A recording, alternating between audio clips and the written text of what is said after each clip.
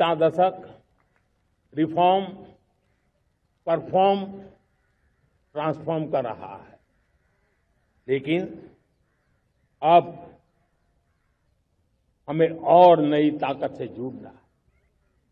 पिछले दिनों हमने कई रिफॉर्म्स किए, एफडीआई हो, इंश्योरेंस कंपनी की बात हो, विश्व की यूनिवर्सिटीज को भारत के अंदर स्थान देने की बात हो, कई रिफॉर्म्स किए हैं।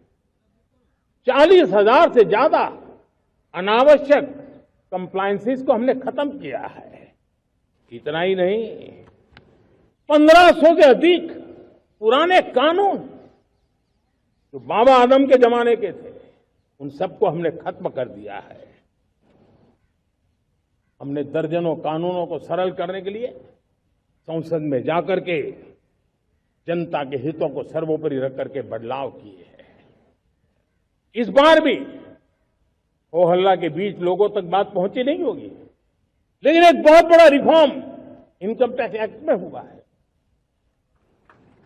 करीब 280 से ज्यादा धाराएं हमने समाप्त करने का निर्णय किया है।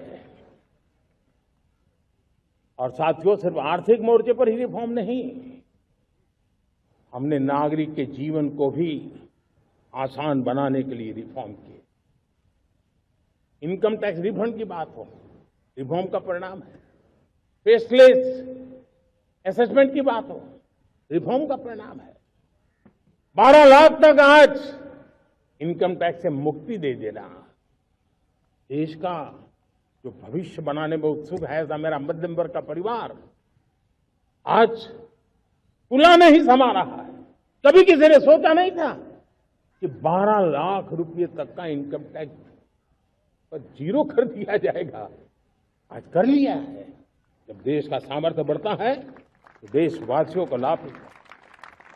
अंग्रेजों के जमाने से दंड संहिता में हम दबे पड़े थे, दंड का भय दिखा करके जीवन चल रहा था। 75 साल आजादी के ऐसे ही गए। हमने दंड संहिता को खत्म कर दिया, न्याय संहिता को ले आए हैं।